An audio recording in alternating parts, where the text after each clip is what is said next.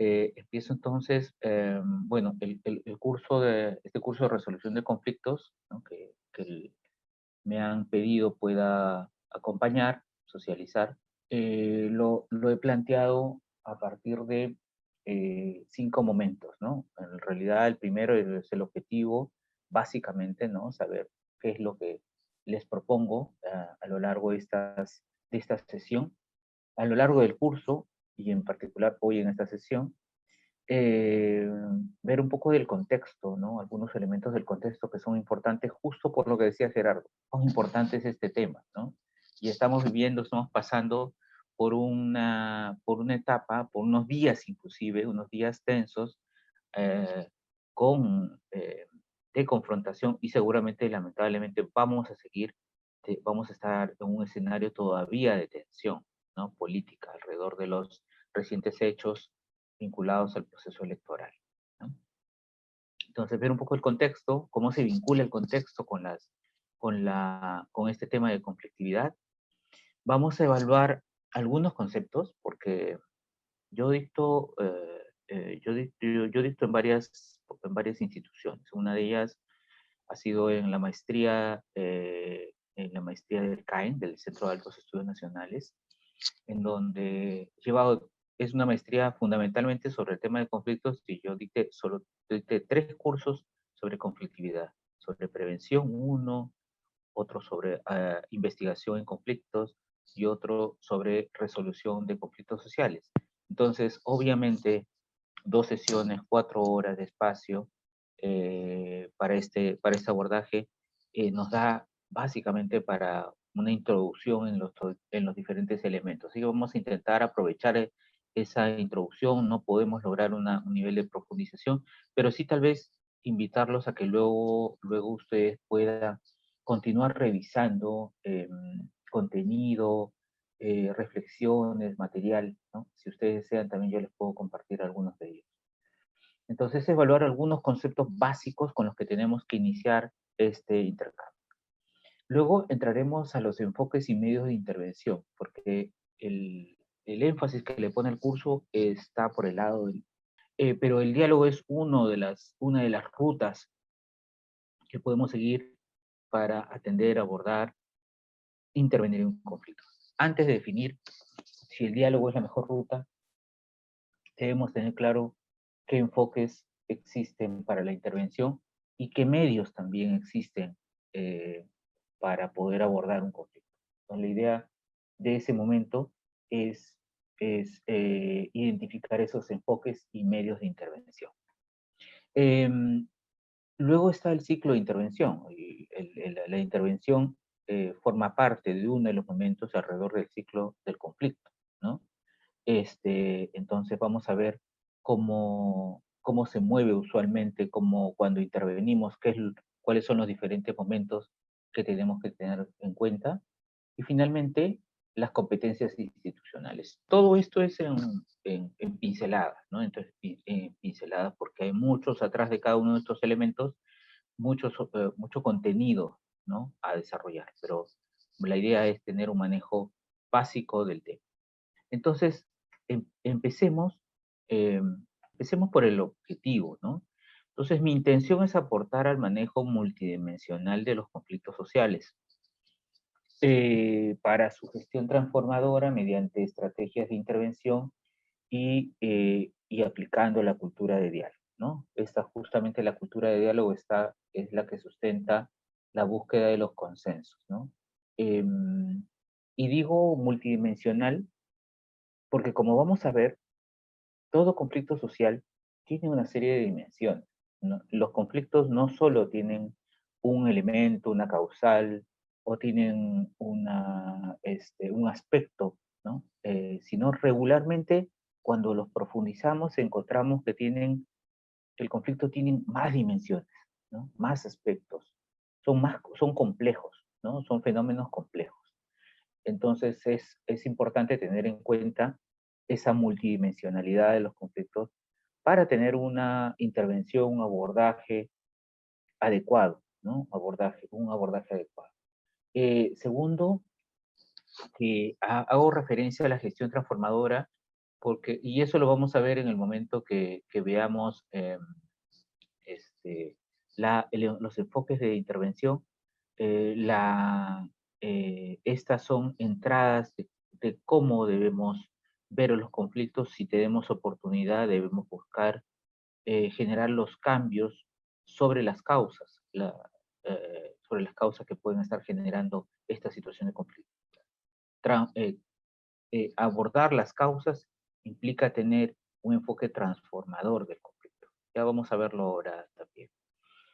Y finalmente, este elemento de las estrategias de intervención, ¿no? Todo conflicto tiene que ser bien abordado y eso implica establecer una adecuada ruta de intervención, ¿no? Entonces hay que tener estrategias, cómo intervenir.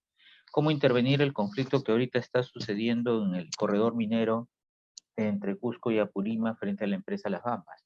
Cómo intervenir frente al conflicto que viene sucediendo, por ejemplo, en el escenario político, ¿no? El conflicto de tensión entre el Congreso de la República y el Ejecutivo, ¿no?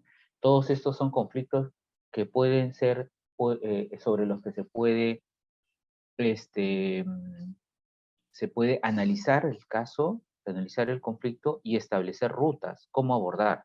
Eso, eso es tener estrategias de intervención. Justamente varios de los elementos que yo quiero resaltar, ¿no? En esta concepción sobre el conflicto. Tú has hecho referencia a los tipos de conflicto, escenarios, actores, un elemento fundamental a la hora que miramos los conflictos, el problema desde el lado de la demanda, y cuando la demanda es posible ser negociada, conversada, dialogada, resuelta, y aquellas demandas en donde no es posible ser abordada, negociada, ¿no? Estas demandas que lo he señalado innegociables, ese mínimo. Eso, por ejemplo, es fundamental cuando tenemos un abordaje, un proceso de negociación, ¿no? Cuando vamos a un proceso de diálogo, mañana lo vamos a ver, tenemos que especificar cuáles son nuestros mínimos, cuál es aquello que yo no puedo aceptar, este es mi mínimo. Para arriba puedo conversar, dialogar, negociar, pero abajo, luego de esa línea, esto para abajo es intocable, inmanejable, no se puede aceptar.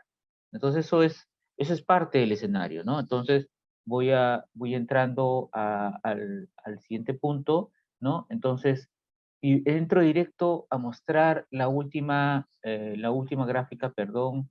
Jimena, me gustaría escuchar su posición en torno a la consulta previa en conflictos, por supuesto, Jimena. Ahora lo mencionamos.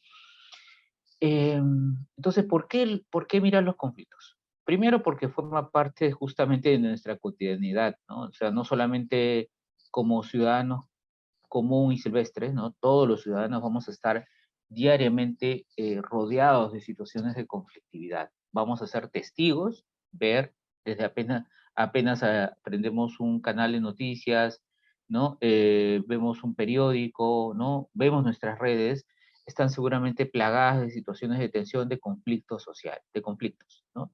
Además, nuestra propia vida está también siempre que tenemos que tomar decisiones, y hago referencia a lo que señalaba Gerardo, ¿no?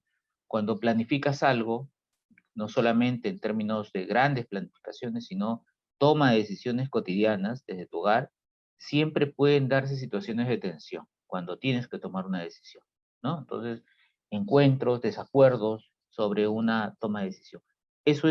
Con eso estamos todos los días. Pero adicionalmente, en términos de tensiones más sociales, ¿no?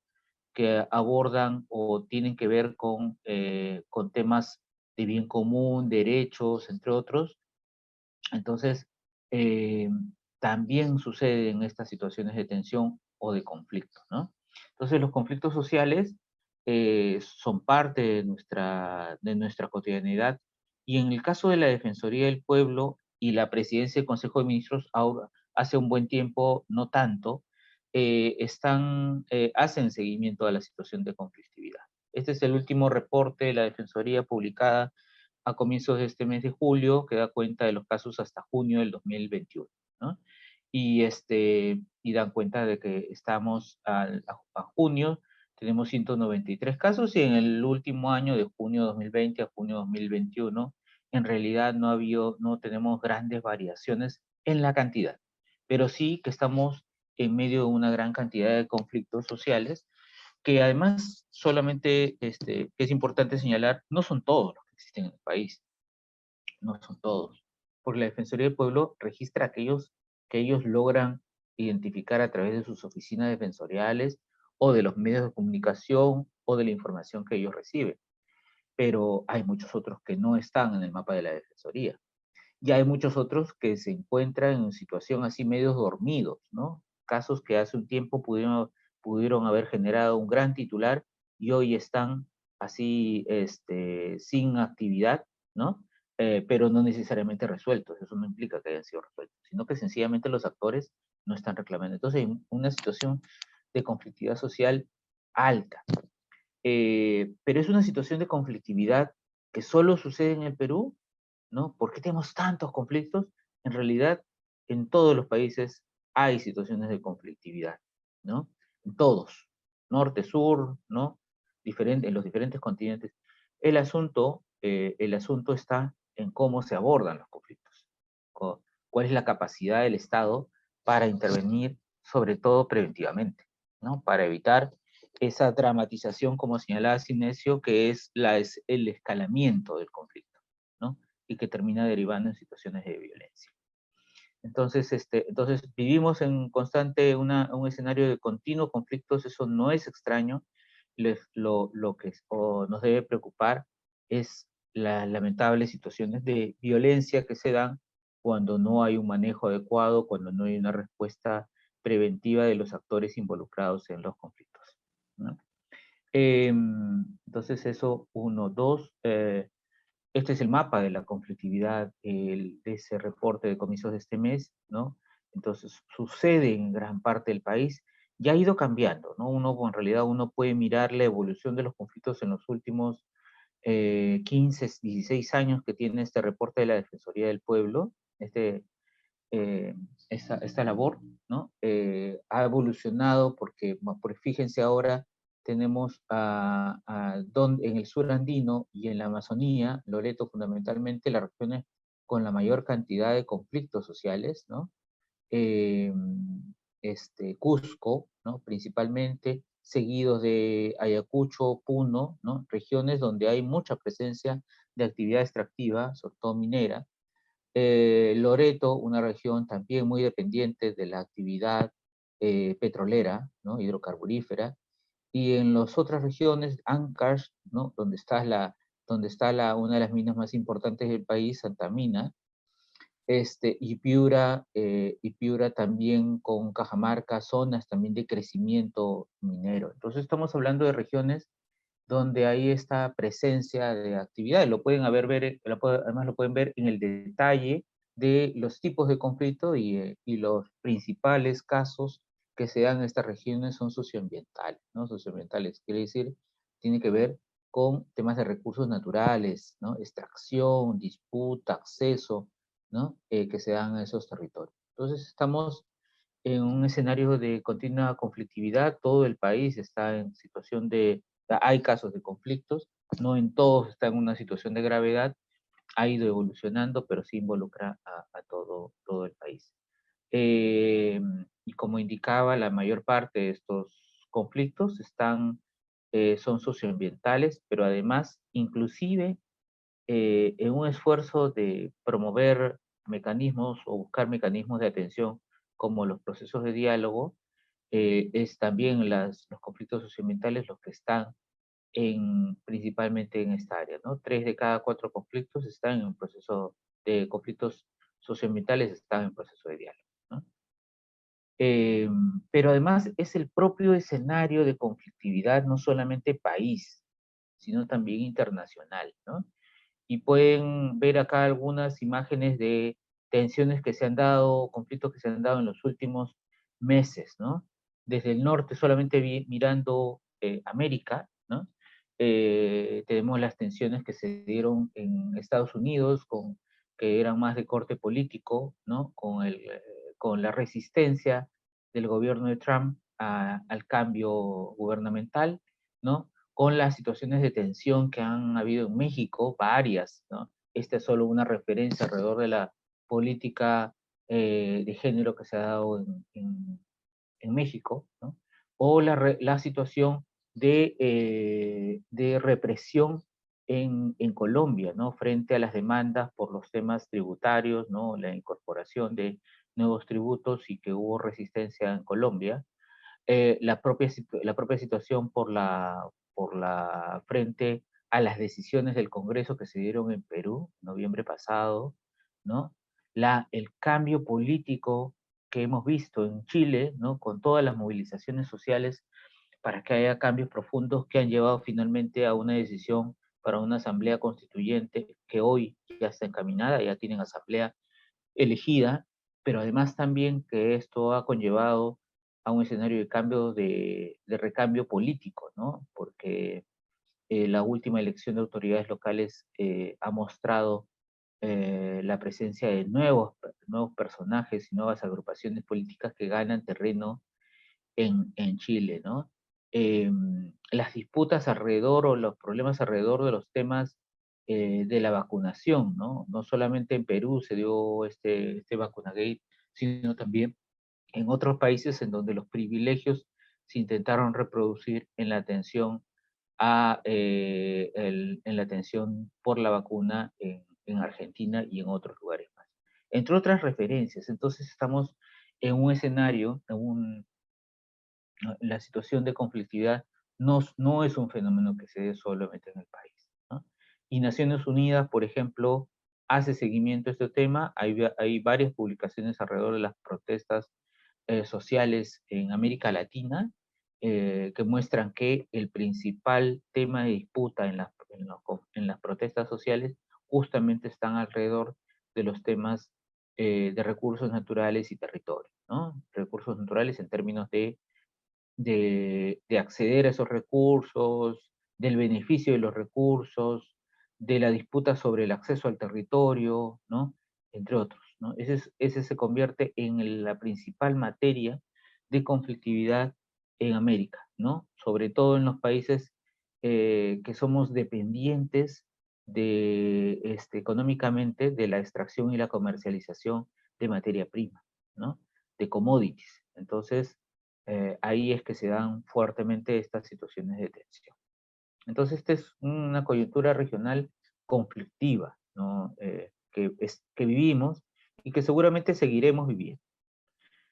Hago referencia a unos datos de la presidencia del Consejo de Ministros y en uno de sus últimos reportes alrededor de las causas de los conflictos sociales, y ellos también ratifican este tema, de la presidencia del Consejo de Ministros, ¿no?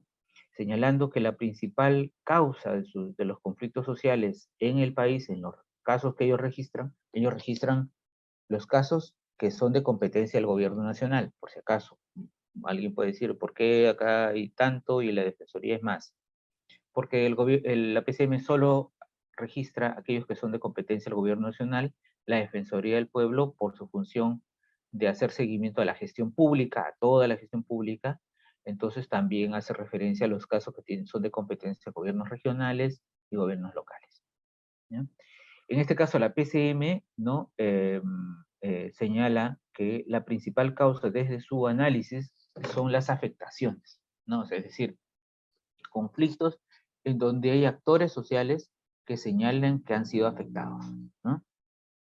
Digo, como por ejemplo lo que está pasando en Chumbivilcas, ¿no? En el corredor minero con la empresa Las Bambas, ¿no? Que utiliza más o menos 300 camiones diarios, inmensos camiones, yo he estado en esa zona, he estado en estas comunidades, para trasladar el mineral, ¿no? Y en medio de comunidades, por una vía que no fue autorizada, que fue inicialmente una vía de comunidades y lo que terminó tramitándose para que sea considerada una vía, una carretera. Y por ese uso de esa carretera, no solamente no les pagaron a las comunidades que eran propietarias de esa tierra, sino además también vienen generando afectaciones a la salud, ambientales, es una polvareda, no es una vía asfaltada. Entonces hay una afectación. Entonces hay poblaciones, comunidades, actores sociales que dicen, estoy afectado y por eso te reclamo. También la PCM señala que la otra causa de los conflictos sociales es la percepción de incumplimientos de compromisos, ¿no?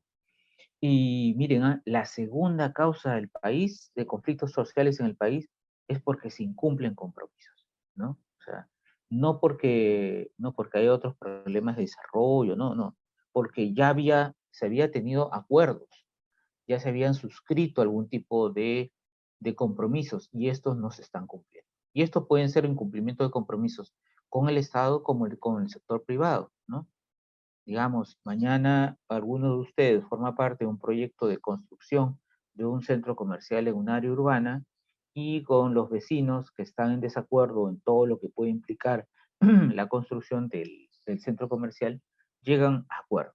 Vamos a hacer tal cosa, vamos a tener presencia policial, va a no haber taxis en la vía pública, sino va a haber un área de taxis, de repente el centro comercial no cumple con aquello que se comprometieron.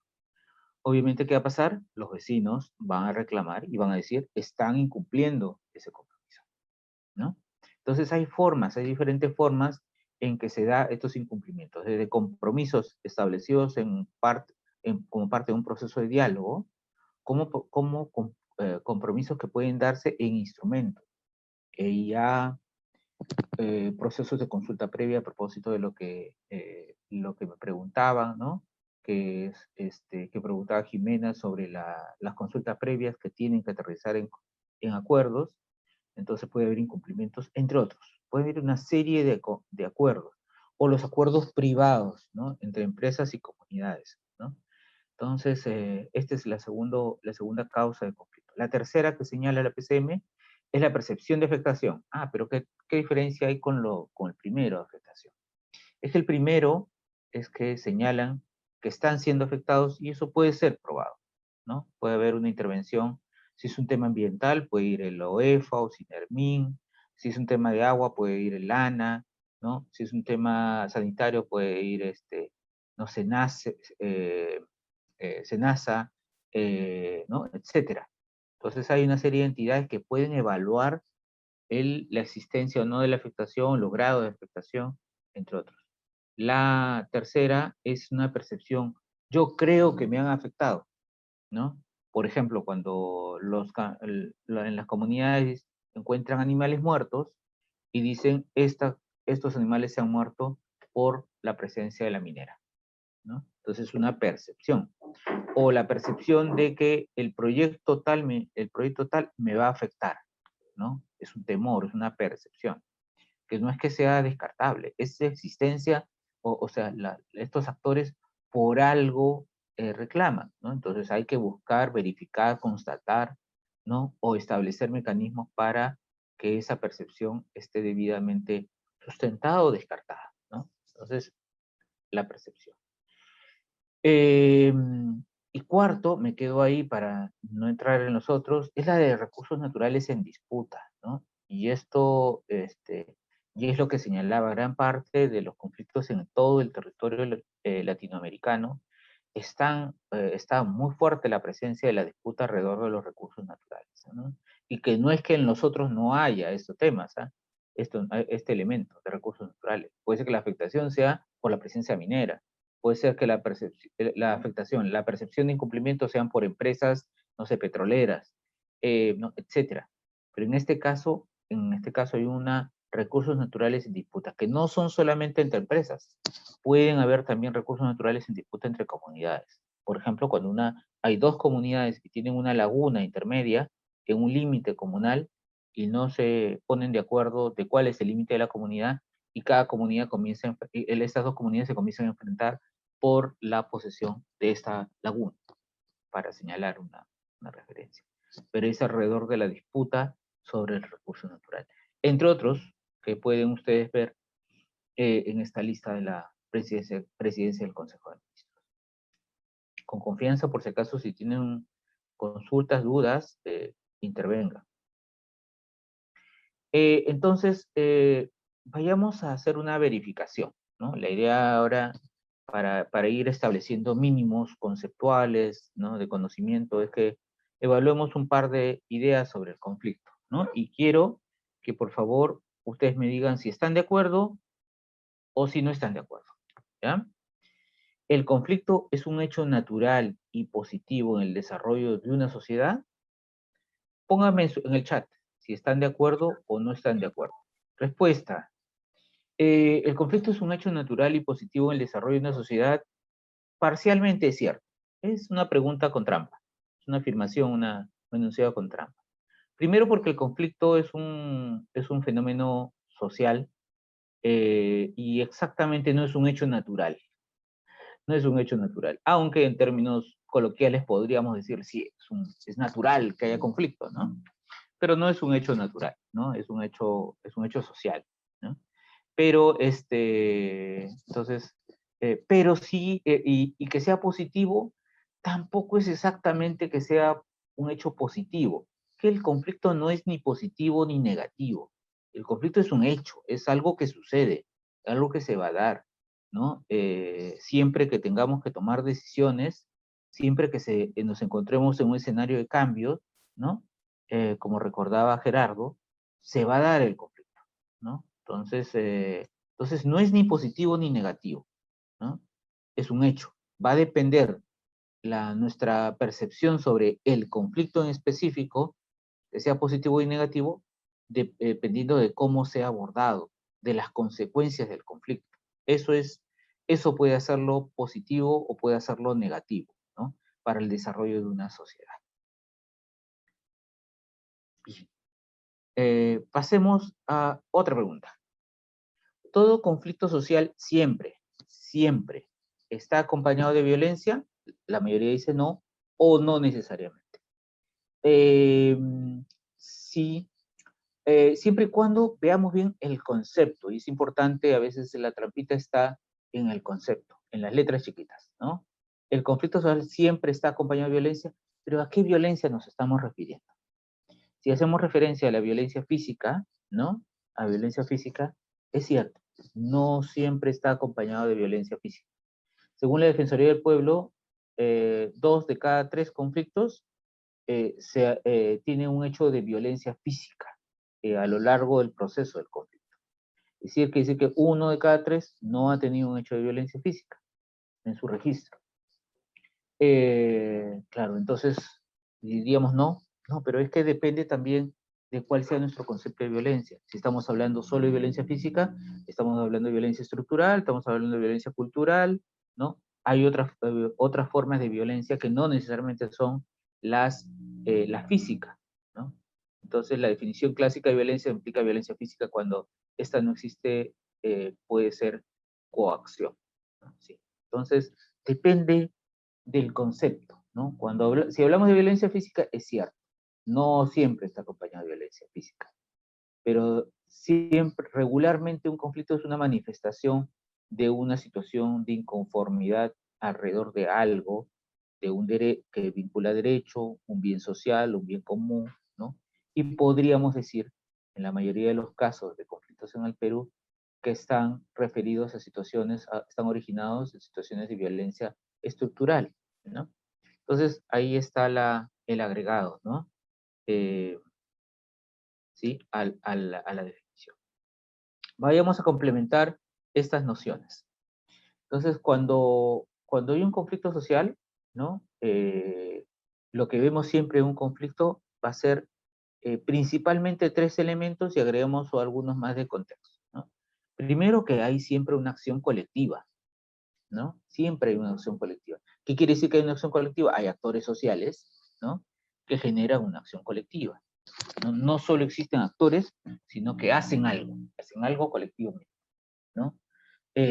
Segundo, que hacen algo alrededor de algo, y en este caso sobre un tema en controversia, ¿no? Hay un problema, hay una demanda. Como decía Edwin, hay demandas en el conflicto que pueden ser negociables o innegociables, pero existen una serie de demandas, temas en controversia sobre las cuales cada uno de los actores que forman parte del conflicto tienen una mirada, ¿no? de ese tema en controversia. Hay un proceso, ¿no? Hay un proceso. El conflicto puede empezar en una fase muy temprana, muy chiquita, con un reclamo pequeño, insignificante, poco visible, ¿no? Y luego va a ir creciendo, ¿no? En su tensión, confrontación, ¿no? Eso que señaló que recordaba Grover sobre la dramatización, ¿no? En el conflicto. Eso forma parte de la evolución del conflicto, del proceso del conflicto, ¿no? Y hay una expectativa de la acción del Estado, ¿no? Y hay una expectativa no solamente para los casos en donde el Estado es el demandado, porque hay el demandante y el demandado. ¿A quién le reclamo qué?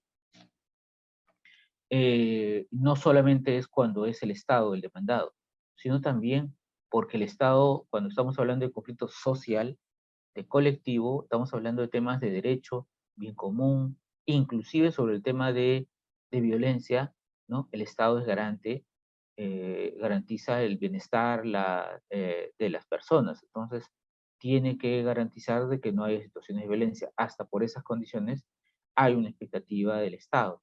Cuando hay desigualdad en las relaciones entre actores, como de quién te amparas o tienes expectativas del Estado. Entonces hay una expectativa sobre el rol del Estado, qué hace el Estado frente al conflicto.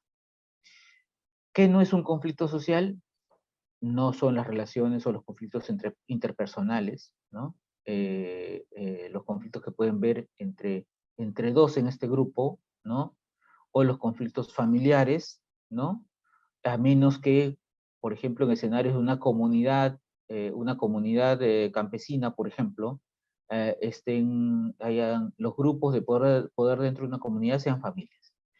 Y el conflicto entre dos familias puede generar una afectación sobre los derechos colectivos, los bienes colectivos, ¿no? Entonces, eso trasciende al conflicto solamente familiar, ¿no? Pero a excepción de esos escenarios, luego de eso, otros que son conflictos entre familias no regularmente no representan conflictos sociales. O los conflictos entre privados, ¿no? Entre empresa tal con empresa tal se disputan las acciones, ¿no? Sobre una determinada propiedad, ¿no? Esos son conflictos entre privados, ¿no? No afectan un derecho colectivo a menos que tenga una afectación sobre o ponga en riesgo derechos, por ejemplo, de los trabajadores, ¿no? Pero entre privados regularmente estos conflictos no representan conflictos sociales. Y finalmente, y esta es una de las ideas más importantes, los problemas sociales no expresados organizadamente. Es decir, podemos tener un problema social por mucho tiempo, ¿no? Por ejemplo, un problema de comunicación de vía de acceso a una determinada jurisdicción, a una determinada localidad. Y ese problema de acceso puede tener 5, 10, 20, 30 años. Pero los actores sociales, ¿no? Población, organizaciones, autoridad local, no dicen nada. O sea, saben que existe el problema, reconocen que existe el problema, pero no dicen nada. Entonces, eso no es un conflicto, eso sigue siendo un problema. Y un problema social serio que genera desventajas para el acceso al mercado, la comercialización de los productos, entre otras cosas, ¿no? Pero no es un conflicto, ¿ya? Por eso que por mucho tiempo actividades ilícitas como la tala ilegal, la minería ilegal, entre otros, ¿no? No eran considerados conflictos porque no había actores que reclamaran. En Madre de Dios, ¿no? Una de las regiones con mayor presencia de la actividad minera ilegal, ¿no? Había comunidades o hay comunidades, autoridades locales que han sido parte de la cadena de producción minera, ¿no? Entonces no había quien reclamara. Sabía el Estado que era un problema, generaba todo el daño ambiental y demás que representa, pero no había quien pusiera el dedo sobre la llaga para reclamar y generar algún tipo de proceso de cambio, ¿no? Algún tipo de intervención del Estado. Entonces era un problema, pero no era un conflicto, ¿no? Hasta que existió alguien que dijo, estoy en desacuerdo. Vayamos a un ejemplo muy sencillo acá. ¿Qué pasa si yo hoy terminando esta sesión les digo, la sesión de mañana no se va a realizar? La vamos a programar para el lunes. Yo el mañana estoy complicado, tengo un problema, tengo un asunto que atender con mi familia, entonces he visto mi agenda y prefiero hacerla el día lunes. Entonces pueden pasar dos cosas, ¿no? Que ustedes se queden calladitos y no digan nada, se queden calladitas y no digan nada, y seguramente a cada una les va a traer esto un problema. Pucha, ¿cómo hago? Mañana, el lunes yo no puedo. Tengo tal curso, tengo que trabajar, tengo tal otra cosa, ¿no? ¿Y cómo voy a hacer? ¿No? Entonces ya ustedes comienzan a tener una serie de problemas alrededor de esta decisión unilateral. Entonces pueden no decir nada y tener un problema, ¿no? O pueden alguien levantar la mano y decir, Miguel, discúlpame, pero no puede ser, ¿no? Nosotros tenemos otras actividades que hacer, yo, por ejemplo, tengo tal cosa, yo no puedo aceptar que se cambie así, por lo menos unilateralmente, ¿no? Eh, entonces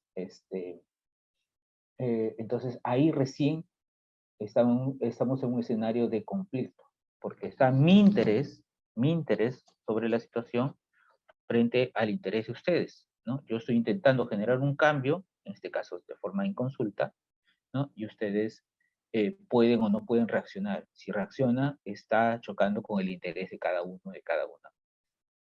Ha pasado esta situación, un docente en Derecho que estaba enseñando Derechos Humanos que hizo este ejercicio y lo hizo real. Lo hizo real. Entró a una clase, empezó y frente a un hecho, en un momento, llamó la atención a un alumno y los expulsó de la clase. Y entonces por algo poco importante. Y este alumno salió, ¿no? Y salió de la clase, no dijo nada y siguió el profesor dictando la clase y estaban todos incómodos. Todos los alumnos estaban incómodos. Obviamente, ¿no? Iban a estar incómodos, pero ninguno se atrevió a decirle nada al profesor hasta pasado 10, 15 minutos en que otra persona, otro alumno, levantó la mano y reclamó ante el hecho, ¿no? Y entonces el profesor le felicitó a la persona porque justamente era lo que hay que hacer. En este caso, desde el ejercicio, si tú estás hablando de derechos humanos, un curso sobre derechos humanos, ¿cómo no vas a reclamar ante un abuso, ¿no? Y recién ahí se dio el escenario de conflicto, porque choca entre el interés de uno y el otro. En este caso era un ensayo, el profesor ya había conversado con su alumno que fue expulsado, así que no hubo un daño psicológico con el alumno. Eh, y alrededor de del tema de conflicto, hay mucha teoría sobre conflictos sociales, ¿no?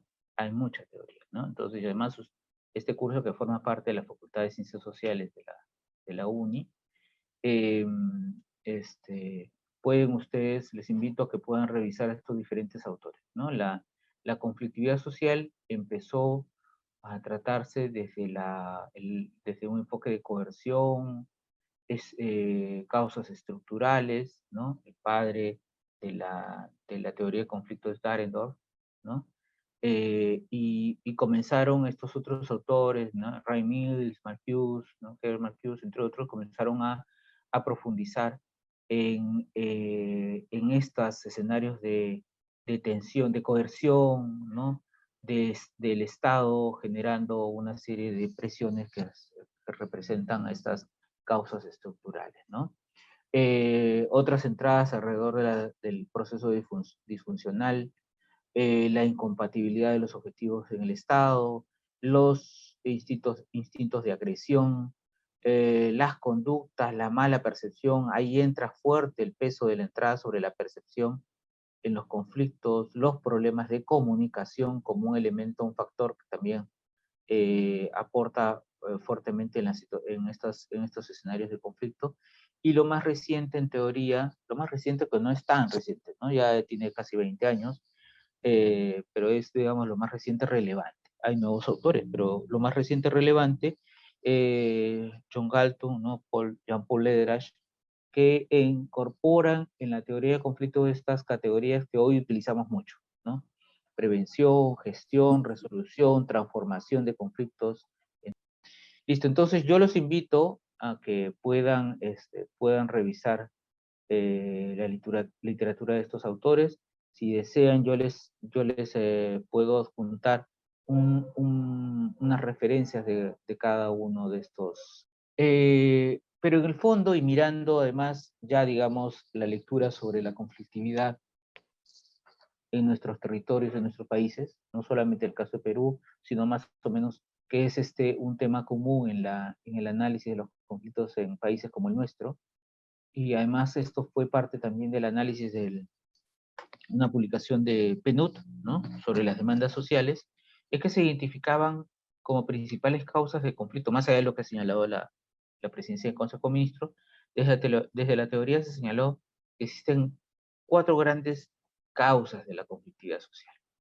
Uno, alrededor del acceso o distribución sobre los recursos, ¿no? O sea, cómo se accede al recurso, ¿no? Estoy hablando sobre todo de recursos naturales, ¿no? Cómo se distribuye ese recurso o el beneficio de ese recurso. Entonces, sobre esos, ¿no?, hay una disputa. En la distribución, recuerden que hubo, no sé si seguramente la mayor parte de ustedes muy jóvenes, eh, hubo varios momentos donde hubo tensiones alrededor del tema de la distribución del famoso canon, cómo se distribuye, porque hay una estructura de beneficios principalmente para las regiones donde se extrae el recurso y el resto se queda sin, ¿no? Sin acceder a este recurso. Entonces, una relación un poco desigual desde la mirada más general, desde la mirada local de quienes, donde está el recurso, obviamente es una mirada, por decirlo, justa, ¿no? Entonces, pero hay una disputa sobre ese acceso al recurso y sobre la distribución de la misma. Hay también conflictos alrededor de las necesidades básicas insatisfechas. Y hablamos de educación, salud, ¿no?, servicios básicos, ¿no? Entonces hay muchos conflictos que se originan en el reclamo por ser atendidos en estas necesidades básicas, ¿no? Hay también conflictos que se originan en diferencias religiosas, ideológicas y culturales. ¿Alguien me da un ejemplo de un conflicto sobre diferencias religiosas, ideológicas y o culturales? Chat o por micrófono abierto. A ver, dice, con mis hijos no te metas. Perfecto, Fátima, gracias. Exactamente. Ese es un claro ejemplo de estos conflictos por diferencias entre religiosas e ideológicas, ¿no? Los pro vida, exactamente, ¿sí? Entonces ahí, no, obviamente, no vamos a ponernos, no nos vamos a poner de acuerdo, porque el origen está en la concepción, ¿no?, en las ideas, en el plano de las ideas. Entonces ahí son conflictos que son muy complejos y en donde lo que toca es ver rutas de intervención, por ejemplo, las institucionales. Es el Estado el que tiene que tomar la decisión, no la disputa si yo estoy de acuerdo o no estoy de acuerdo con cuándo debe considerarse un concebido o quién debe tener el rol para tratar los temas de salud sexual con los hijos. O sea, ¿no? Entonces, entonces esas son un poco este tipo de conflictos, ¿no? Cuarto, la disputa de poder. ¿Y qué mejor escenario en el que nos encontramos como para hacer referencia justamente a este cuarto, este tipo de conflicto por causa, ¿no? Donde hay un tema de control de las instituciones, ¿no? Y se da regularmente frente al proceso, por ejemplo, electorales, de toma de decisión, ¿no? Tensiones, por ejemplo, entre poderes del Estado, ¿no? Ahí se dan este tipo de conflictos. Entonces, frente al tema de acceso y distribución de recursos, frente a las necesidades básicas insatisfechas, frente a diferencias religiosas, ideológicas y culturales, y frente a la disputa del poder o el control de las instituciones. Estas son las cuatro principales causas de conflictos sociales según la teoría. Si tienen dudas, por favor, con confianza, me pueden señalar. Hagamos un resumen y con esto cierro esta parte. Uno, el conflicto es consustancial con las relaciones humanas, ¿no? Y lo dijo uno de los teóricos de la conflictividad, ¿no? Levis Coser, ¿no? Luego, la convivencia social no nos expone a fricciones, colisiones, disputas de distinto grado, ¿no? Va en la misma línea, ¿no? Eh, a las, asociados a los aspectos negativos. Regularmente el conflicto lo asociamos con los aspectos negativos, ¿no? Entonces, cuando preguntamos cuál es la idea que tienen sobre el conflicto, regularmente la gente hace referencia a las situaciones de violencia, a la cara negativa del conflicto, ¿no? Pero también tiene aspectos positivos, como lo señalaba. No es ni positivo ni negativo. Puede tener ambos, ¿no? Pero puede convertirse sobre todo en una oportunidad de desarrollo, ¿no? Bien abordado. Los conflictos no son un problema, sino más bien las formas de violencia, las que la genera, son el verdadero problema, ¿no? Que existan problemas, que existan conflictos, eso no debe preocupar. Recuerdo cuando estaba en la Defensoría del Pueblo y era el encargado del manejo de los conflictos socioambientales en la Defensoría del Pueblo. Y continuamente recibía llamadas de funcionarios de empresas, ¿no? De empresas, y me decían: Miguel, ¿cómo hago? ¿Para qué? Le digo, para sacar mi caso de la reporte de los conflictos de la Defensoría del Pueblo, ¿no? Y yo le decía, pero ese no debe preocuparte. Lo que debe preocuparte es que tu caso no esté encaminado, no tenga una ruta de atención. Y eso me lo señaló justamente un gerente de Antamina, ¿no? Un gerente de Antamina que me decía: Miguel, cuando tuvimos una reunión, Antamina era la empresa que más casos tenía en reporte de conflictos, como empresa individual. Y él me dijo, a diferencia de estos otros funcionarios, él me decía: a nosotros no nos preocupa que tengamos tantos casos de conflictos en el reporte de la Defensoría. A mí lo que me preocupa es de que esos casos de conflictos no estén en un proceso de diálogo, ¿no? Eso es lo que a nosotros nos preocupa. Y eso está bien, ¿no? Que tenga una ruta de atención, lo importante es que esté encaminado, ¿no?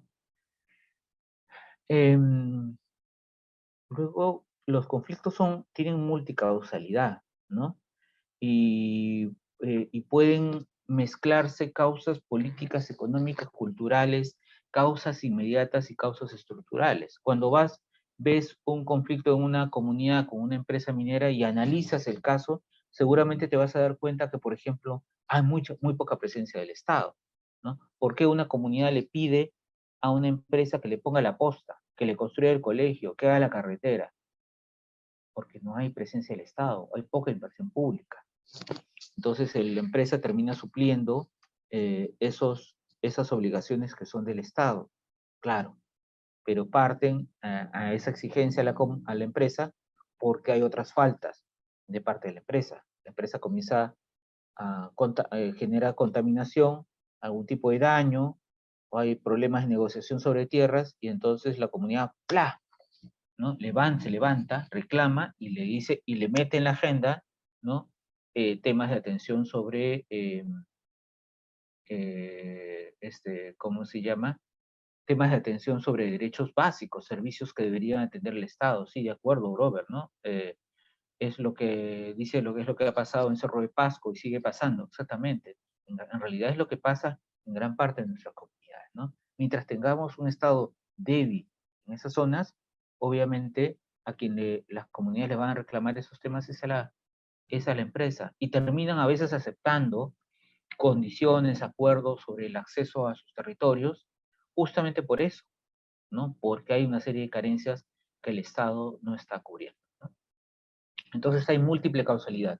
No es solamente lo ambiental, por eso se llaman conflictos socioambientales, por eso así le llaman la Defensoría del Pueblo, porque son conflictos donde el principal motivo es el tema ambiental, pero a los cuales se suman otros temas, que temas de trabajo, empleos para la comunidad, que temas de inversión pública, de inversión en proyectos que necesitan, entre otros, ¿no? Entonces es una suma ¿no? Es multicausal.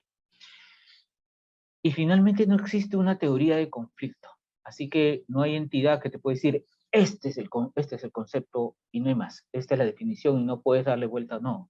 No existe una teoría de conflicto, existen varias, y existen inclusive conceptos también dependiendo de los roles institucionales, ¿no? La presidencia del Consejo de Ministros en un momento en el gobierno de Ollantumala le cambió el concepto a los conflictos, le cambió la denominación, ¿no? Para justamente bajar la estadística, fue un juego, ¿no? Fue un juego para reducir sus conflictos. Eh, ok, entonces, y esto para resumir el concepto de conflicto. Y esto es bien importante, yo les pido que pongan mucha atención a esto, porque si ustedes quieren, cuando miren un conflicto social o algo que le llaman conflicto social, dicen, miren, estamos ante un conflicto social. Les pido, verifiquen estos tres elementos básicos. Y si su intención es intervenir, proponer algo, algún que hacer frente a este conflicto, más aún tienen que conocer estos elementos básicos. De repente ya es algo que ya lo conocen, pero si no, para recordar o profundizar. En la teoría de conflictos se llama que los tres elementos básicos se les conoce como las 3P, ¿no? Problema, ¿no? El problema que genera el conflicto, proceso, la evolución del conflicto, y personas, cuando se habla de conflicto en general, pero cuando se habla de conflictos sociales se le denomina actores sociales, ¿no? Entonces estos son los tres elementos. Cuando ustedes vean un conflicto, tienen que ver, a ver, ¿cuál es el problema? ¿Cuál es el problema principal que genera el conflicto? ¿Cuáles son los actores? ¿Ya? Que son los que están conflictuados. ¿Y cuál es el proceso? ¿Qué ha pasado? ¿Cuáles son los principales hechos? ¿No? Como digamos, como la línea de tiempo, ¿no? Y además lo señalaba bien Edwin, ¿no? En la referencia sobre actores diversos, porque en un conflicto no hay solo un tipo de actor, hay varios tipos de actores, ¿no? Desde la teoría nosotros identificamos 4 tipos de actores, 3 de ellos son los más relevantes, ¿no? Los primarios, ¿no? Que son los actores que están en primera línea, conflictuados. Imaginemos una obra de teatro, ¿no? Me imagino la mayoría de ustedes ha ido a ver una obra de teatro, ha tenido la oportunidad de ver una obra de teatro. Una obra de teatro tiene a los actores que están en el escenario, ¿no? Ellos cumplen un papel protagónico, primario, ¿no? Entonces son los que actúan, su prestigio, ¿no? Está en juego, ¿no? Porque son los que van a aparecer en la foto. Pero hay otros actores que hacen posible que esa obra se dé, ¿no? Que son el que está en la luz, el que está en la dirección, el que consigue, el que vende las entradas, ¿no? Son otros actores que tienen un rol, y eso se les llama actores secundarios. No tienen un interés, su prestigio no está en el escenario, pero sí están interesados que pase algo con la obra, que funcione, ¿no? Luego tienes actores que le llaman terciarios, que no tienen ningún interés con la obra, ¿no? Pero pueden ayudar si es que hubiera una situación a resolver, y los actores, sobre todo primarios, tienen confianza que ese actor terciario, que no tiene ningún interés en la obra, tienen confianza que puede ayudar, ¿no? Y el actor regulador, que es el que tiene la función de dar permisos. Por ejemplo, podría ser defensa civil, ¿no? A ver, defensa civil es el regulador para que el teatrín donde se va a hacer la obra cumpla con las exigencias. Que en el escenario de COVID, ¿no? Se estén cumpliendo con las medidas de bioseguridad, ¿no?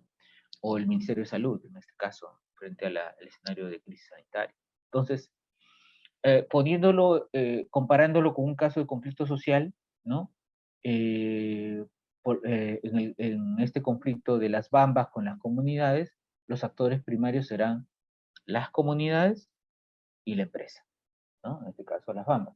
Pero también seguro que a quien le reclaman es al Ministerio de Energía y Minas por algún tipo de rol, entonces también será un actor primario. El secundario puede ser otros actores, por ejemplo, el gobierno regional, el alcalde, organizaciones barriales que no están conflictuadas directamente, pero están atentas a la situación, pues la asociación de residentes de esas comunidades en Lima, o en Cusco, o en Arequipa, ¿no? Entre otros. Son quienes su interés no está afectado directamente, pero están atentos e intentan influir, intentan hacer algo, pero no están en el escenario, ¿no? En este caso, puede haber un actor terciario, ¿no? Si es que los actores primarios, pues digamos que los actores primarios fueran la empresa MMG, las Bambas y las comunidades, entonces si ellos no se ponen de acuerdo y sienten que necesitan a alguien, un tercero, alguien que los ayude, por eso es terciario, por eso es un tercero, es neutral, no tiene interés en este caso directo, no le va a afectar su bolsillo, pero sí creemos que nos puede ayudar, entonces ese pueden llamarlo, podría ser desde una entidad del gobierno nacional, del gobierno regional, puede ser una entidad autónoma como la Defensoría del Pueblo, puede ser que sea alguien de alguna de las iglesias evangélica, católica, alguien que le genere confianza en la zona, ¿no? Y el regulador es el que tiene función pública para regular en el tema, ¿no? Si estamos hablando de un tema ambiental, ¿quiénes serán los reguladores en tema ambiental minero? Ustedes que son además ¿no? Ustedes conocen bien el tema. ¿Quiénes son reguladores en el tema ambiental, en el tema minero? Puede ser, a ver, dependiendo, pueden ser la Dirección General de Asuntos Ambientales Mineros del Ministerio de Energía y Minas, SENACE, muy bien, Joel, SENACE es la entidad que se encarga de la autorización de los instrumentos de gestión ambiental, el EIA semidetallado, en la modificación de IA, que es el MEIA, entre otros, ¿no? Muy bien, Jesús, OSINERMIN también es un órgano fiscalizador, OSINERMIN y OEFA son órganos fiscalizadores ambientales, ¿no? Que pueden intervenir, son reguladores, ¿no? ANA, no exactamente solo en el tema minero, sino en todo lo que tiene que ver con autorizaciones que afectan los recursos hídricos, ¿no? Entre otros, ¿no? Entonces estamos hablando de que los reguladores son entidades que tienen una competencia en el sector específico que está en cuestión, ¿no? Bien, Gabriela, gracias, Fema, Minam, Nidia, gracias, ¿no? O sea, depende del tema específico, entonces el regulador tiene que estar, ¿no? Y eso se los digo desde ya porque si ustedes quieren intervenir o tienen experiencia de intervención, es importante no solamente llamar, en este caso, repitiendo el ejemplo, a la empresa de la comunidad, es importante llamar a quienes tienen competencia en el tema en disputa. ¿Cuál es el tema en disputa? El tema de la carretera. ¿Ya? Entonces, ¿quién es el órgano que ve temas de carretera? Ministerio de Transporte. Muy bien, Nidia, gracias, ¿no? Entonces, el Ministerio de Transporte. Entonces, dependiendo del tema en disputa, vamos a ver quiénes son los reguladores que deberían estar. A veces están como primarios, a veces no están ahí a oscuras, están ocultos, no quieren intervenir, no, pero tienen que hacerlo. Y entonces hay que involucrarlos a los reguladores. Segundo, el proceso, ¿no? Y en el proceso estamos hablando de un proceso de tiempo, ¿no? Desde que empieza el conflicto hasta el momento que estamos analizándolo, mirándolo, y alrededor de ese tiempo se dan una serie de hechos, ¿no? Hitos, reacciones, reclamos, ¿no? Y estos se vinculan con las percepciones de los actores que están involucrados, con las emociones. No es lo mismo un conflicto que está empezando, que está en fase todavía temprana, pacífica, que un conflicto que, por ejemplo, ha tenido un enfrentamiento. Imagínense un conflicto con muertos, heridos o detenidos. Las emociones están a flor de piel. Entonces, no podemos actuar igual. Tenemos que tener en cuenta ese factor para poder intervenir, ¿no? Cómo son las comunicaciones, tenemos que tener en cuenta las formas de comunicación, ¿no? Los roles de los medios de comunicación. En muchos conflictos locales, los medios de comunicación local son centrales para la intervención, ¿no? Entonces hay que mirarlo.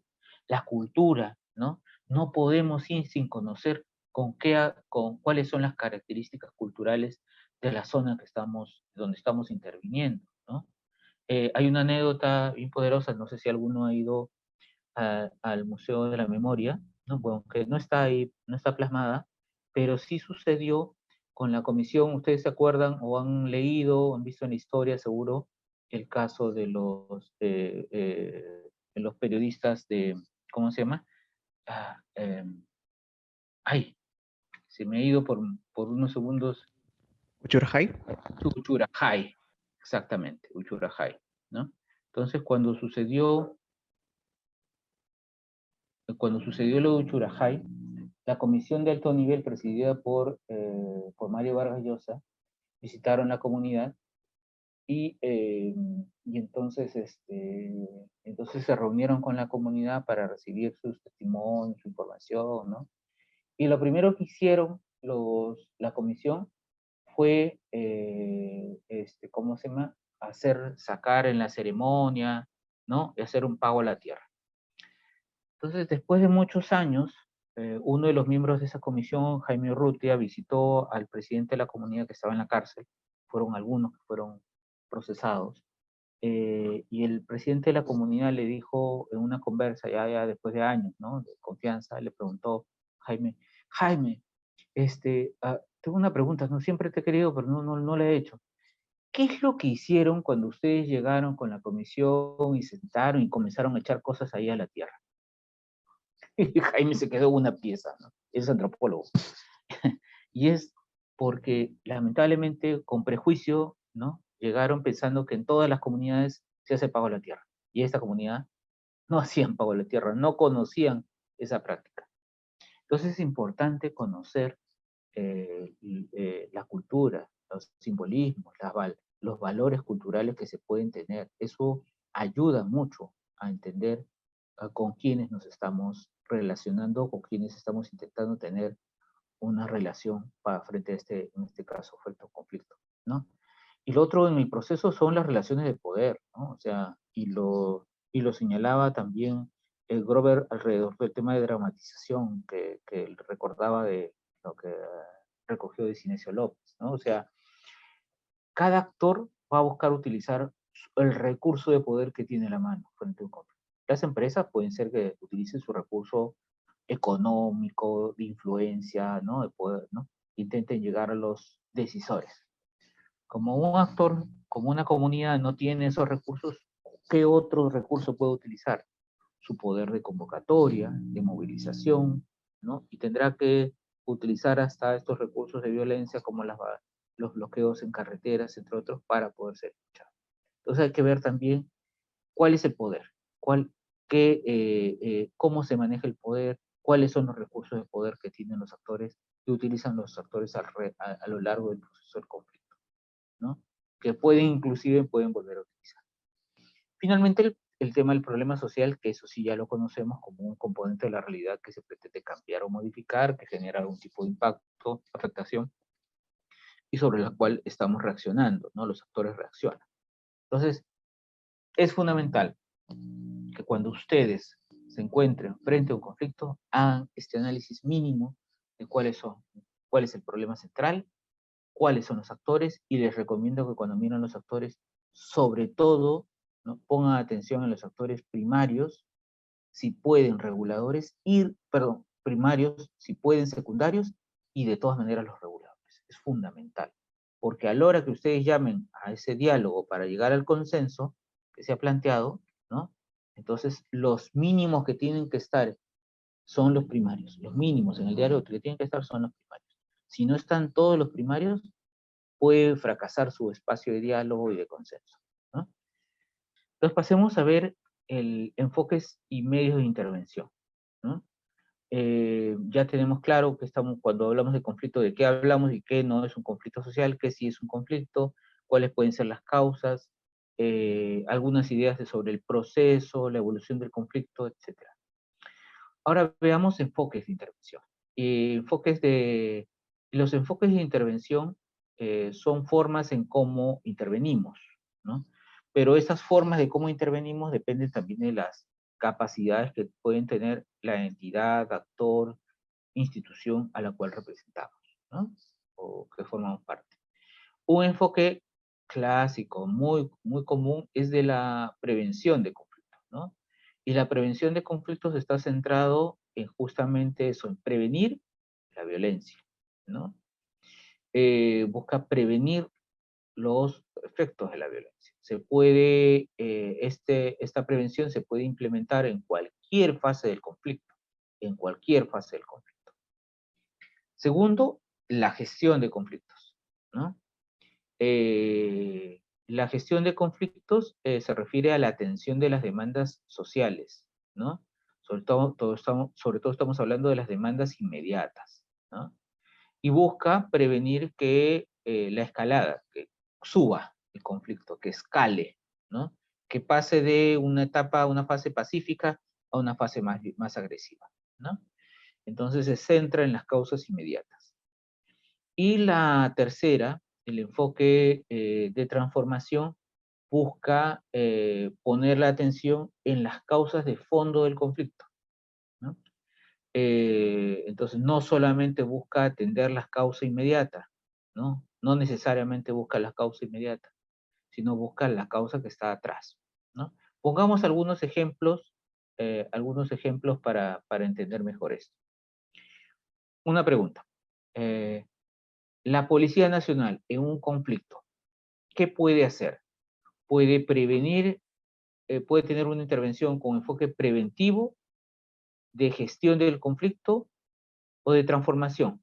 Veamos el caso de ahorita nuevamente tomando el ejemplo de las protestas por el caso de las Bambas, las comunidades que están reclamando por tema de carretera, ¿no? Frente a la práctica de la empresa Las Bambas. Si la policía interviene, ¿cuál será su enfoque de intervención? ¿Prevención, gestión o transformación?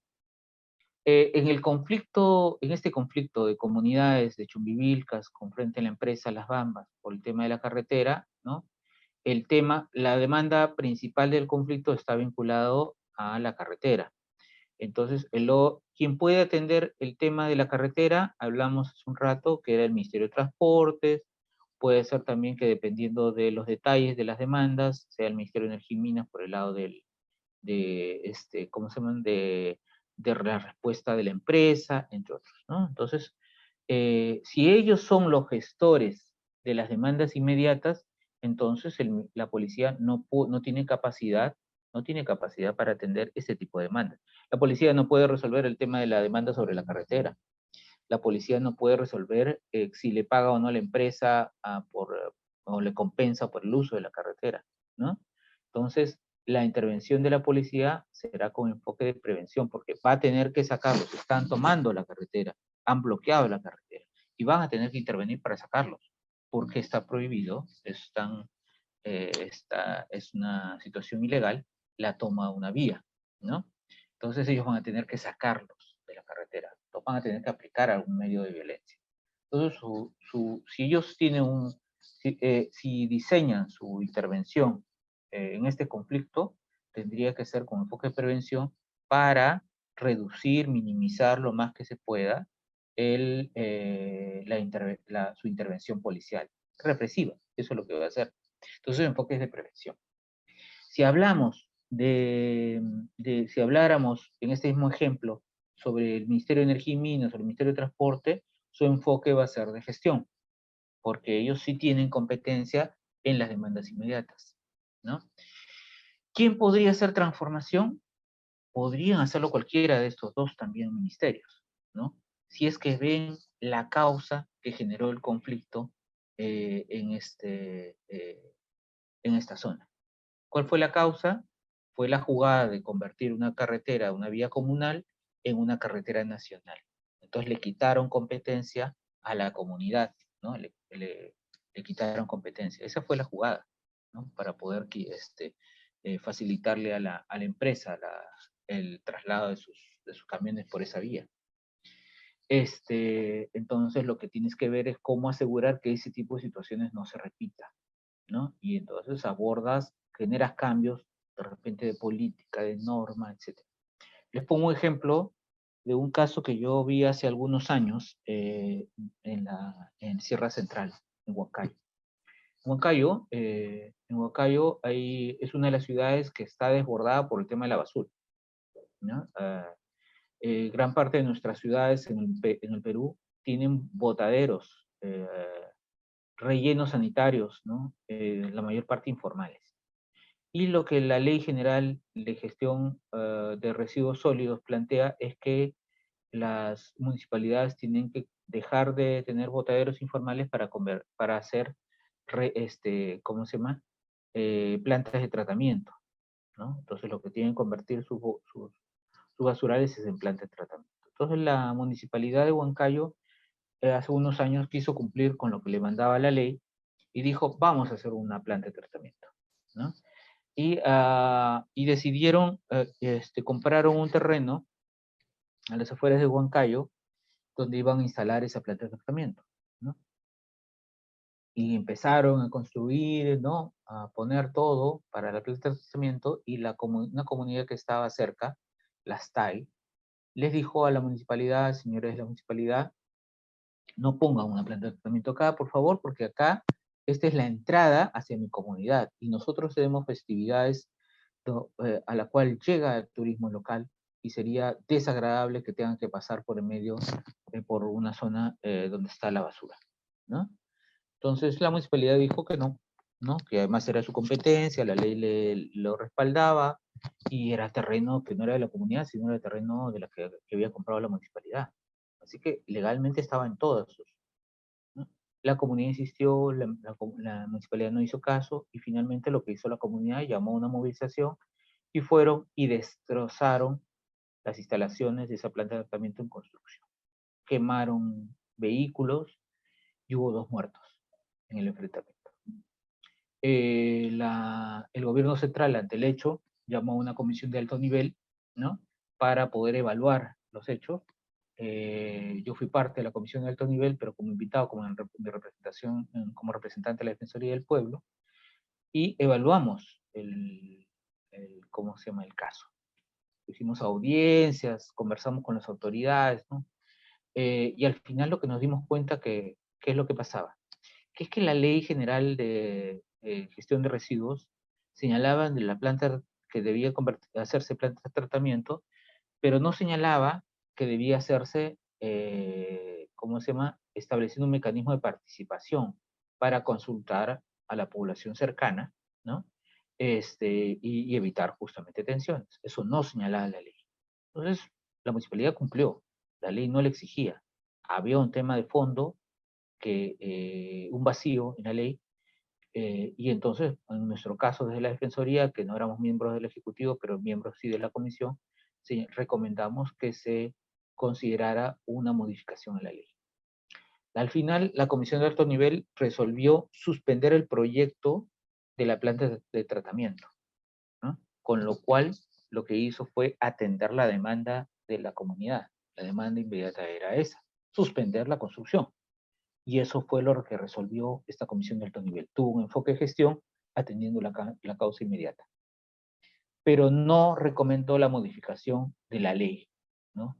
Luego de ese hecho en las TAI, se dieron como 8 casos similares en otros lugares del país con reclamos de la población sobre por qué estaban construyendo una planta de tratamiento cerca de su comunidad, sus zonas, sus viviendas, ¿no?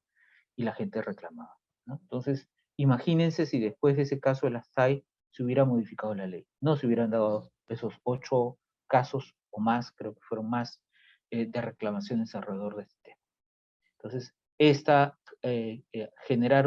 mirar el tema de fondo del conflicto puede conllevar a un cambio en las causas que no solamente está alrededor de este caso, sino que puede prevenir nuevos casos similares, ¿no? Entonces, para que diferencien un poco los enfoques. Prevención se enfoca en la violencia. Vamos a prevenir que haya más hechos de violencia, vamos a prevenir que esto escale, ¿no? Para manejar básicamente eso. Gestión, demanda inmediata. ¿Qué es lo que tú quieres? Sobre eso discutimos, negociamos, ¿no? Nos sentamos largo frente a tu demanda específica.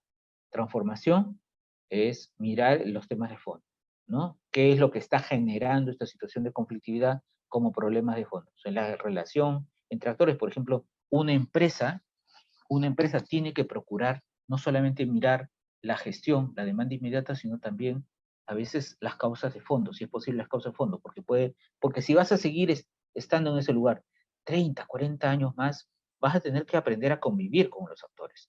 Entonces, mirar qué es lo que genera estas relaciones de tensión, ¿no? Hasta un cambio de un personal, el gerente de relaciones comunitarias que está actuando es un poco déspota, puede ser discriminadora, hasta racista en una zona de comunidad, puede ser un cambio de fondo en las relaciones, ¿no? se puede manejar más de un enfoque, claro que sí, claro que sí. Una intervención puede tener múltiples enfoques de intervención, ¿no? Atender, por ejemplo, en ese caso de las TAI, pudimos haber tenido una intervención tomando estos dos enfoques, el de gestión y el de transformación, ¿no? Pudimos haber atendido inmediatamente la demanda, suspender la construcción de la planta y haber promovido la modificación de la ley, con lo cual, hasta que de repente el proyecto se vuelve a implementar, ya estaba aprobada la modificación y ya se exigía a la municipalidad que aplique un mecanismo de participación ciudadana. Inclusive pudo haber tenido también un mecanismo, un enfoque también de prevención. De repente estábamos ante un escenario de tensión. ¿Cómo evitas que se den nuevas confrontaciones, ¿no? Entonces, pueden darse estos diferentes enfoques. No es que uno sea mejor que el otro, ¿no? No es que uno sea mejor que el otro. Depende de las competencias. A la policía no le vas a pedir que transforme las causas del conflicto, ¿no? La policía tiene un rol, ¿no? Al ministerio que tiene competencia de repente demanda sobre las demandas inmediatas se va a centrar más en eso, ¿no? Pero no es lo único. Puede llegar a mirar el fondo también. Depende de las competencias, ¿no? Pasemos. Entonces, ya casi estamos cerrando esta parte, esta primera sesión. El conflicto social, cuando se manifiesta, ¿no? Puede seguir diferentes rutas, ¿no? Y las rutas de intervención, ¿no? Estas son las rutas de intervención, son usualmente dos las que pueden denominarse rutas de atención al conflicto. Las vías institucionales, el uso de vías institucionales, o el uso de espacios con respaldo social e institucional, ¿no? Que eso es diálogo. Esos son los mecanismos de diálogo. Ahora, también puede haber una respuesta antidemocrática, violenta, sencillamente porque tu interés no es buscar una vía de atención. Pero ¿quién va a querer no resolver un conflicto? Cuando en el fondo hay situaciones ilícitas. Por ejemplo, cuando hay tala ilegal, cuando hay minería ilegal. No te interesa resolver el conflicto, ¿no? Porque justamente tu actividad se sustenta en esa situación de informalidad y ilegalidad. No quieres que esté el Estado, ¿no? Entonces ahí puede haber respuestas antidemocráticas para evitar algún tipo de intervención, ¿no? En términos de vías institucionales, son dos grandes. Una, los procedimientos legales y otra, las prácticas políticas. Cuando hablamos de procedimientos legales, es todo lo que se ha establecido por la norma, por el marco institucional, por los marcos, las normas que regulan a cada uno de los ministerios, instituciones públicas, ¿no? Estamos hablando de procedimientos administrativos, cuando un órgano cualquiera, ¿no? Tiene que resolver administrativamente algún tipo de reclamo, ¿no? Se nace frente a la aprobación de un estudio de impacto ambiental, y entonces la comunidad le reclama que tiene que llevar a la consulta previa de ese estudio de impacto ambiental, a propósito de la mención de Jimena al comienzo sobre la consulta, ¿no? La consulta previa es un derecho, ¿no? Y un procedimiento, un derecho que establece el marco internacional para pueblos indígenas, eh, pero que en el caso del Perú se implementa a partir de la ley de consulta previa, el reglamento y los procedimientos sectoriales. Y entonces en los procedimientos sectoriales, en la letra chiquita, está el detalle, ¿no? Y acá se señala que la consulta previa se aplica según actividad en determinados momentos del proceso, ¿no? En minería se aprueba después de que, o se consulta después de que ya tiene la empresa aprobado sus instrumentos de gestión ambiental.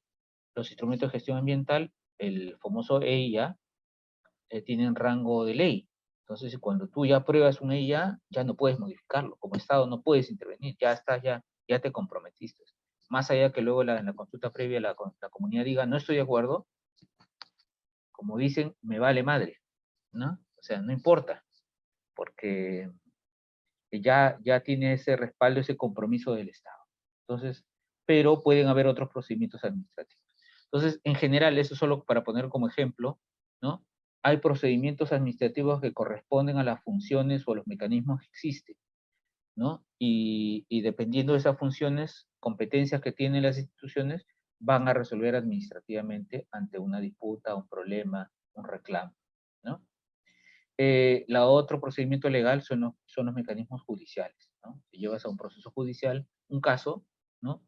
Parte o todo lo que está, todo lo que causa el conflicto, puedes llevar a que el Poder Judicial resuelva este tema. Claro, estamos hablando de procesos judiciales que regularmente duran 10, 20, 30 años, o sea, muy largos, ¿no? Entonces demora poder lograr una atención, ¿no? Una justicia frente a tu reclamo. Y un mecanismo constitucional, ¿no? Cuando tú crees que tal determinada decisión viola tus derechos constitucionales, puedes llevar un reclamo ante el Tribunal Constitucional. Entonces, estos tres grandes, gruesos, lo administrativo es sobre todo lo más grueso, porque estamos hablando de todas las instituciones del Estado, todas, estos son procedimientos legales a los que uno puede apelar y buscar utilizar dependiendo del tema, ámbito del conflicto. Y si tiene uh, alguna, está amparado en alguna función pública. La otra vía institucional son las prácticas políticas, y es cuando no existe un mecanismo específico, ¿no? No existe un mecanismo administrativo, no en SENACE, OEFA, SINARMIN, Ministerio de Transportes, Ministerio de Salud, etcétera, etcétera. No existe un mecanismo específico, y entonces a lo que tú apelas es a un compromiso político, ¿no? Del poder legislativo o de algún nivel de poder ejecutivo, ¿no? U otras entidades del Estado. Entonces, por ejemplo, lo que pasó hace ya 12 años, ¿no? 12 años en la Curva del Diablo, el famoso conflicto del Baguazo, cuando el Congreso se comprometió ante las organizaciones indígenas amazónicas que estaban en paralización, se comprometió a tratar uno de los decretos legislativos que la comunidad reclamaron que estaban violando su derecho a la consulta, ¿no?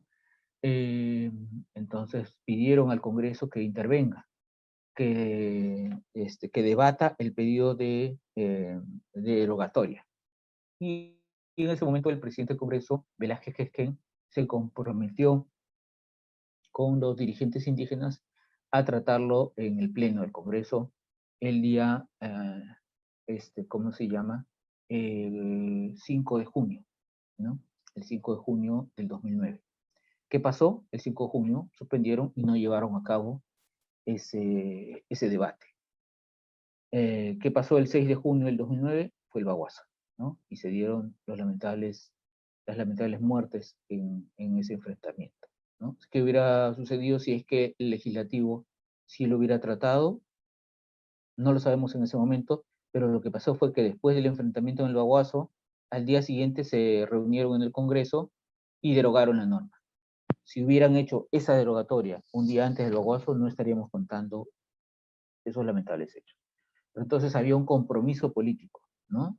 Que en ese caso el presidente del Congreso hizo, y lo puede hacer cualquier presidente del Congreso frente a normas que pueden ser cuestionadas por colectivos. Lo puede pasar también ante otros niveles de gobierno, ¿no? Del Ejecutivo u otras instituciones autónomas, ¿no? Tomar decisiones, compromisos para canalizar algún reclamo, ¿no?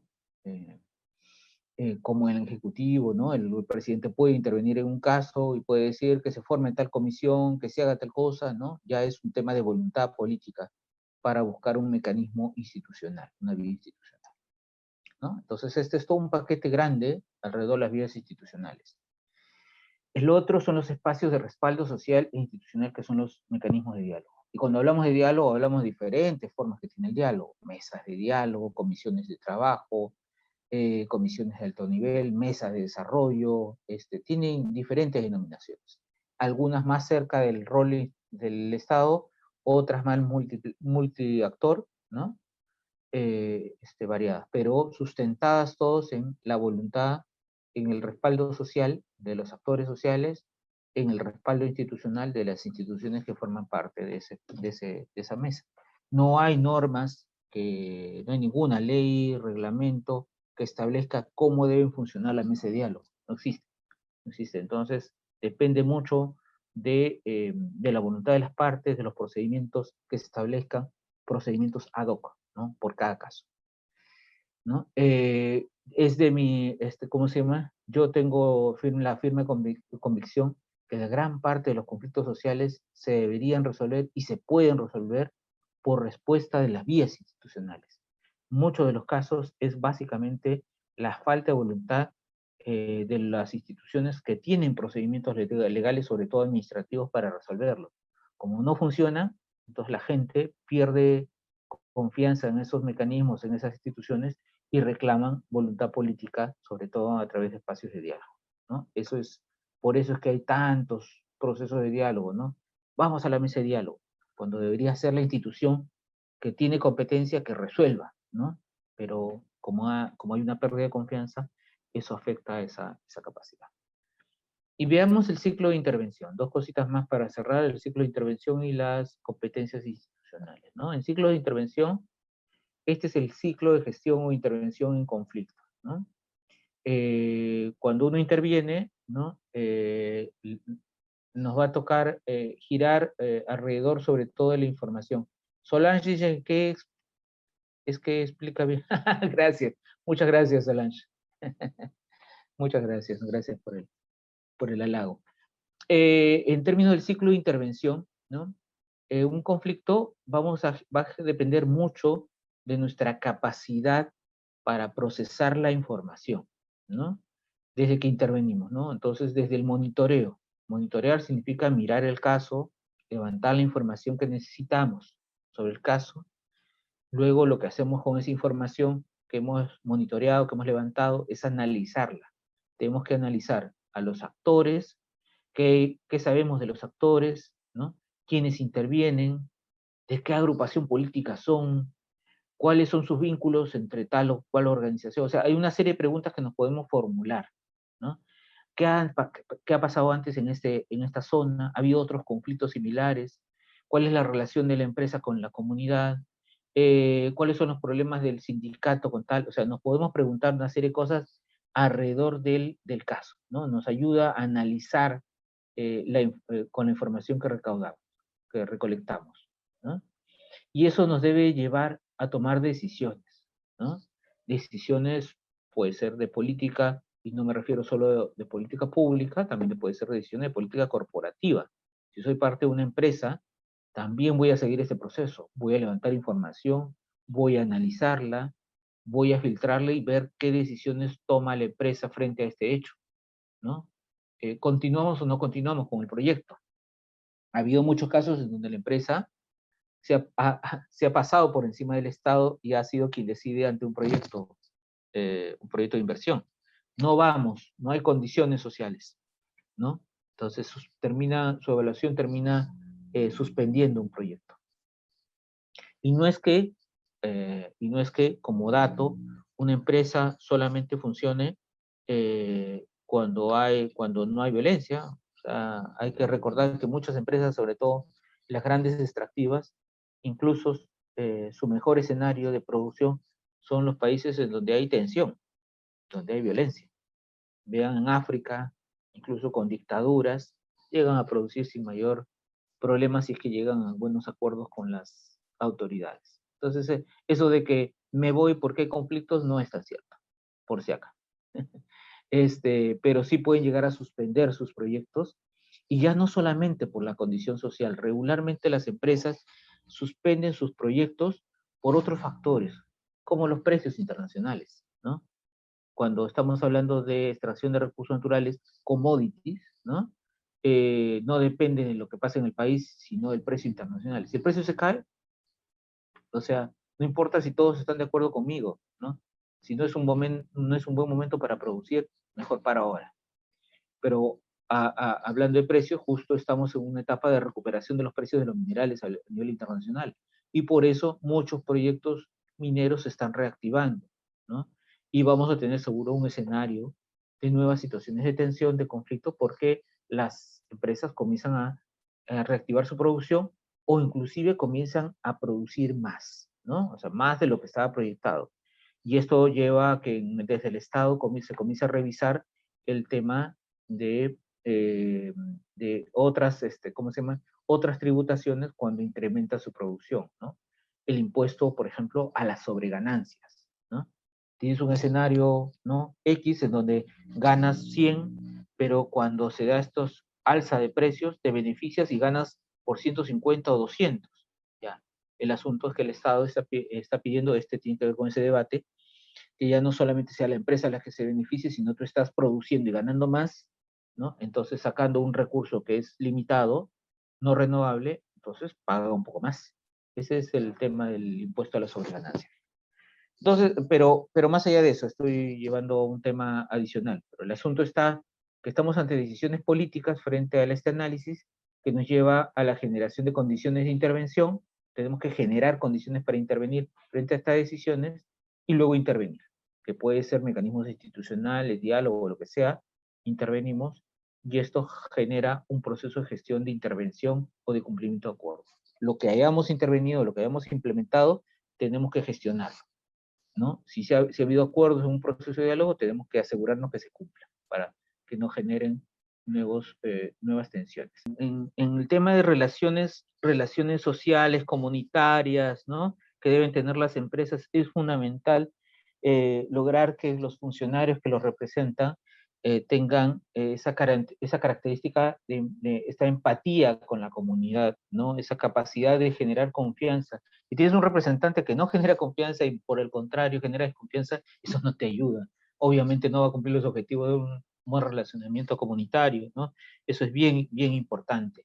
Y es importante inclusive también, más allá que uno pueda tener ese biotipo, también evaluar su propio perfil. Hay una serie de recursos, test que analizan tus formas de comunicación, de trato, ¿no? No se pueden hacer acá, pero yo les sugiero que si tienen ese tipo de trabajo, evalúense, busquen aplicar ese tipo de autoevaluaciones para ver cuáles son sus fuerzas, sus fortalezas en el relacionamiento, en el diálogo y cuáles son también sus debilidades. Es importante ser consciente de ello. Agrego un par de cosas que nos ha puesto Solange y Carla, ¿no? Solange me dice qué herramientas o procedimientos son convenientes a utilizar durante el análisis de un conflicto. Perfecto, gracias Solange. En el caso de actores, yo les pido que mínimamente ustedes hagan, o les sugiero que mínimamente ustedes hagan análisis de actores, mapeos de actores. Hay una matriz, se los puedo mostrar mañana, una matriz de cómo analizar actores. Analicen cuáles son los actores por lo menos primarios que tienen en un conflicto, identifican cada uno de los actores, no en general, sino tienen que ser muy específicos, comunidad tal, diferenciar de la otra comunidad, de tal frente, ¿no? Si esos son los actores primarios, analizar cada uno. ¿Cuáles? Y yo les pido que apliquen una serie de categorías que se utiliza en un tipo de análisis que se llama análisis de cebolla. Identifican cada actor, cuál es su posición, qué es lo que públicamente dicen, cuál es su interés, qué es lo que está atrás y qué es lo que están intentando lograr, alcanzar, y cuál es su necesidad, qué es lo mínimo que quieren proteger. Algunos agregan o agregamos en el análisis cuál es su cosmovisión, cuando hablamos de actores interculturales, ¿no? Cuando son escenarios interculturales hay que también ver cuál es la cosmovisión, qué es lo que, por qué hacen eso, por qué quieren eso, ¿no? Entonces, es importante en el análisis de un conflicto analizar a los actores, utilicen el mapa de actores, identifiquen en cada uno su posición, su interés y su necesidad. La posición es lo que se dice públicamente, no necesariamente es algo en que se pueda negociar, porque tú a veces dices, como dirigente, dices, que se vaya la mina, que se vaya la empresa, ¿no? Cuando en el fondo lo que quieres es negociar condiciones para que esté ahí. Entonces, el punto de negociación no es que se vaya o no se vaya, sino cuáles son las condiciones por las que se debe quedar, ¿no? Ahí está la negociación, ¿no? Entonces es importante hacer esa identificación de actores. Es importante identificar el problema, ¿no? Y aplicar lo que seguramente deben haber hecho o haber utilizado en otros cursos, contenidos sobre planificación, ese famoso árbol de problemas, aplíquenlo en el conflicto. ¿Cuál es el problema central? ¿Qué es lo que lo está generando, sus causas? ¿Y cuáles son los efectos que tiene ese conflicto? para diferenciar unos de otros. Es importante centrarse en el problema y si uno quiere generar cambios en las causas, mirar obviamente las raíces en ese árbol del problema, ¿no? Eso yo y la última herramienta básica, actores, mapa, problema, un árbol del problema, y en términos de proceso, háganse una línea de tiempo, ¿no? ¿Cuándo empezó el conflicto? ¿Cuáles han sido los principales hechos del conflicto? ¿No? Eso es lo básico para conocer, para analizar un conflicto. Gracias, Solange. Tercero y final, con Carla, mucho va a depender de las personas que van a abordar el conflicto también. Eso es súper importante y hasta determinante. Sí, por supuesto, ¿no? Es fundamental quiénes van a hacerlo, ¿no? Si realmente hay voluntad, ¿no? Mañana vamos a ver un poco más sobre el diálogo, pero les voy comentando, ¿no? Compartiendo algunas anécdotas, ¿no? En una mesa de diálogo hace bastantes años, ¿no? Le habían dicho al funcionario que estaba manejando el proceso de diálogo que debía lograr un acuerdo, ¿no? Tenía una reunión solo un día y debía salir de esa reunión con un acuerdo, con acuerdo con los actores. ¿Qué hizo este funcionario? Es que hizo una maratón desde las 8 de la mañana que empezaron la reunión y no paró hasta las 6 de la tarde, y lo que hizo para presionarlos sin densidad de decirlos es que no les dio a los actores, a los representantes de la comunidad, no les dio ni agua ni comida durante todo ese día.